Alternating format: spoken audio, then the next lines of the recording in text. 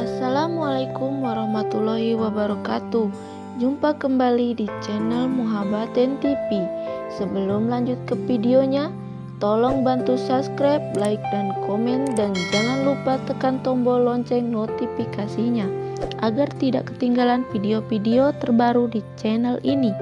Lanjut ya guys.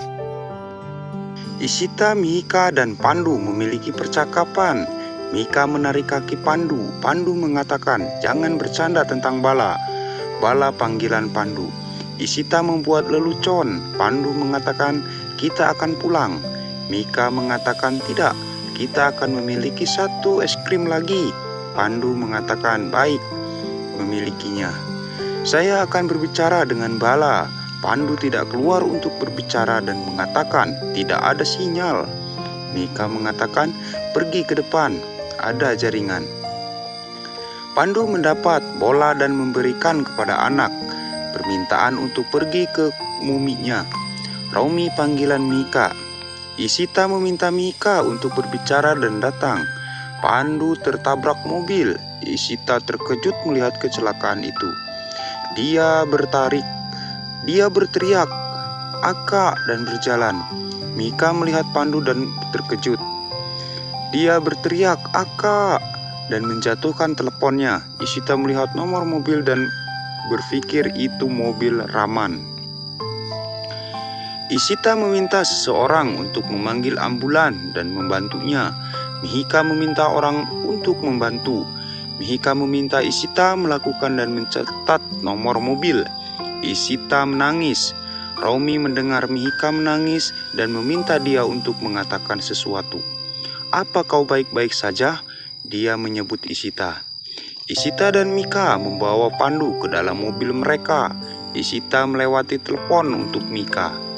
Mihika menangis. Dia bertanya, "Apa yang terjadi? Mengapa kamu menangis?" Mihika mengatakan, "Kecelakaan Pandu ini terjadi." Dia bertanya, "Di mana?" Dia mengatakan, "Kita membawanya ke rumah sakit." Dia mengatakan, "Berhenti menangis, aku datang." Alia bertemu Adi ke kompleks. Dia bertanya, "Apa yang terjadi?" Dia mengatakan, "Aku tidak bisa tidur. Saya merasa bersalah dan mengerikan. Saya di tempat tanda Ruhi." Saya mengatakan kepada Papa, tapi tidak kepada Ruhi.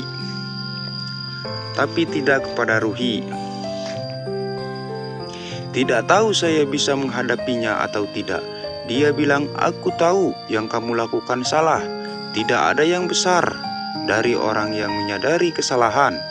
Kami akan memberitahu Ruhi bahwa kamu yang melakukan ini demi perusahaan. Ia menghormati kamu. Dia akan mengerti." Dia bertanya, "Apa dia mengerti?" Dia mengatakan, "Iya." Dia berterima kasih dan memeluknya. Dia mendapat panggilan Romi. Dia terkejut dan bertanya, "Apa?" "Pandu kecelakaan." Alia terkejut. Ishita dan Mihika membawa Pandu ke rumah sakit dan menangis. Operasi Pandu dimulai. Dokter mengatakan, "Kita akan menghadiri pasien. Kamu melakukan pekerjaan keras." "Apa yang terjadi padanya?" Mihika mengatakan, "Kecelakaan." Dia mengatakan, "Kasus polisi." Mihika mengatakan, "Kami akan melakukan semua formalitas untuk menghadirinya." Ishita menangis dan ingat nomor mobil. Dia pikir mobil Raman. Bagaimana ini bisa terjadi? Dia memanggil Raman. Mihika mengatakan, "Tidak tahu." Siapa yang telah nabrak Pandu dan pergi? Ia tidak melihat apakah Pandu baik-baik saja atau tidak. Adi akan pergi ke penjara. Mengapa aku tidak melihat wajahnya? Pandu akan memburuk semua salahku. Aku bertanya, apa dia menghabiskan waktu dengan kami? Mengapa saya memaksanya?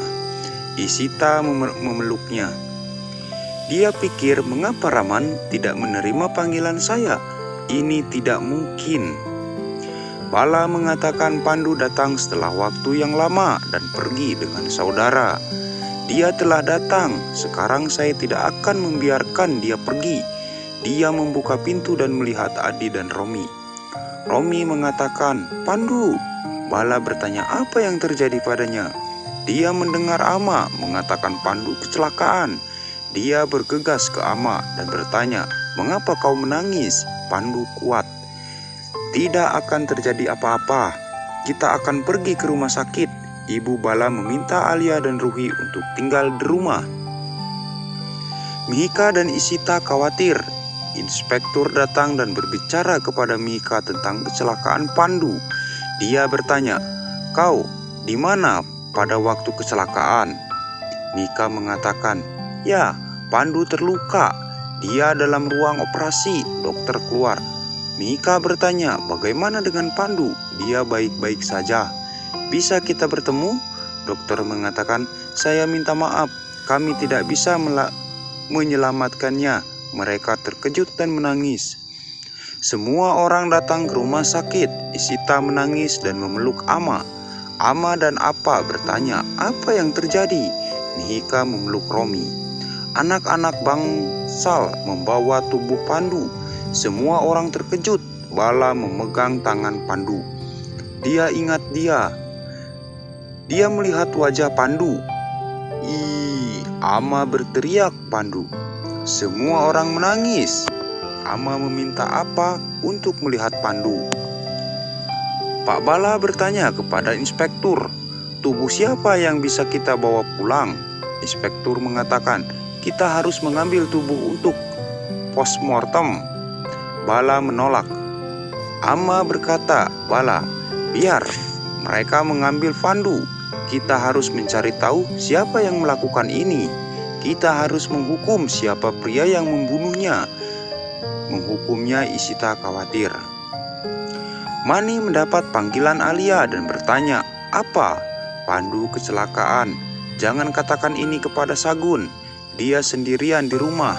Alia mengatakan, "Baik, aku tidak akan mengatakan padanya." Dia bertanya, "Bagaimana dengan Ibu Ishu?" Alia melihat Isita. Ama dan lainnya datang dan mengatakan, "Saya akan menghubungi kamu nanti." Dia bertanya tentang Pandu. Ama mengatakan Pandu tidak diselamatkan. Ruhi dan Alia terkejut. Ama mengatakan, "Jangan, aku menangis. Seseorang telah menabrak Pandu saya dan lari. Ia telah membunuhnya. Saya tidak akan duduk tenang. Pelakunya harus dihukum." Isita berpikir, "Raman tidak bisa melakukan ini. Saya harus mencari tahu siapa yang mengemudi mobil." Inspektur datang dan mengatakan, "Kami sedang menyelidiki. Kita akan mencari tahu." Dia bertanya kepada Mihika dan Isita tentang mobil. Bisa mereka berikan petunjuk siapa yang mengemudi mobil, pria atau wanita? Mihika bilang, "Aku sedang berbicara di telepon. Mungkin Isita telah melihat." Raman pulang dan bertanya, "Apa yang terjadi? Saya mendapat banyak panggilan tidak terjawab." Ibu Bala mengatakan, "Pandu kecelakaan. Dia tidak diselamatkan." Isita menatapnya. Raman bertanya, "Apakah kamu yakin?" Inspektur bertanya kepada Isita, "Apakah dia melihat plat nomor?" Isita menandatangani. Nomor inspektur mengatakan, "Baik, kita akan segera menemukan pelakunya." Polisi pergi. Raman pergi. Isita mendapat panggilan Romi. Dia mengatakan, "Kita harus melakukan ritual akhir Pandu." Ibu Bala mengatakan ini dapat mempengaruhi anak-anak jika kita membawa pulang tubuhnya. Paginya Isita pergi untuk Bala. Bala melihat foto Pandu dan mengatakan, "Saya digunakan untuk mengajar Pandu memanggil lemak." Dia sering mengatakan dia akan merasa terganggu dan meninggalkan saya. Dia tersenyum dan bercerita tentang foto. Dia mengatakan dia selalu digunakan untuk mengancam bahwa dia akan meninggalkan saya dan pergi. Dia menangis. Dia mengatakan, "Bagaimana Pandu bisa tinggalkan aku? Bagaimana aku bertahan hidup?" Isita mengatakan, "Tidak, Pandu sangat menyukai kamu. Kalian adalah pasangan yang sempurna. Kalian selalu ada. Kamu harus menutup ruangnya untuk anak-anak." Saya masih bisa melihat Pandu di dalam kamu. Dia tidak pernah lepas dari kamu. Kamu harus menjadi kuat. Kamu harus melakukan segala sesuatu yang digunakan untuk mengurus anak-anak. Pasti penasaran kan guys kelanjutannya? Tonton terus di video berikutnya. Terima kasih.